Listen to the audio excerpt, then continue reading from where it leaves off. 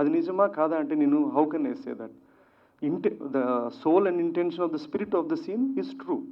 కానీ నేను దాన్ని సినిమా రూపంగా చెప్పుతున్నకు ఆ డైలాగు, ఆ డ్రామటైజేషను ఇవన్నీ ఉంటుందండి. అట్లా దట్స్ ఇట్.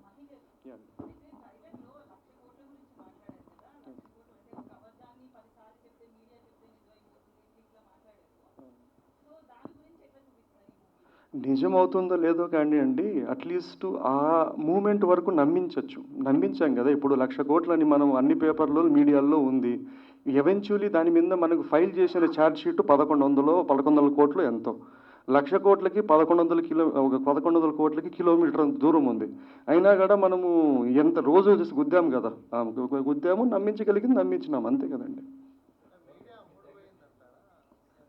లేదండి, ఎవరు ఇప్పుడు ప్రపంచంలో ఎక్కడైనా అండి media has been divided into each parts. మీరు అమెరికాలో చూసినా ఫాక్స్ ఉంది, సిఎన్ఎన్ ఉంది. అట్లా అది ఇది మనం బతుకుతున్న కాలం అండి. దిర్ ఇస్ నథింగ్ రాంగ్, మనం అది తప్పు అనడం లేదు. ఈరోజు నా పర్సనల్ ఫీలింగ్ ఏంటంటే, ఒక మీడియా ఎగ్జిస్ట్ కావాలంటే they are bound to be with one or the other.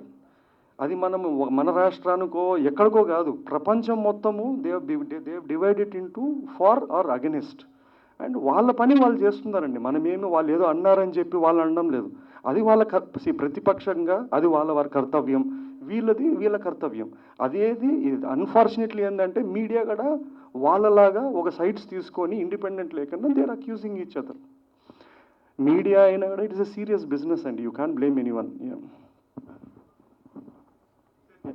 Thanks a lot, Andy. Thank you.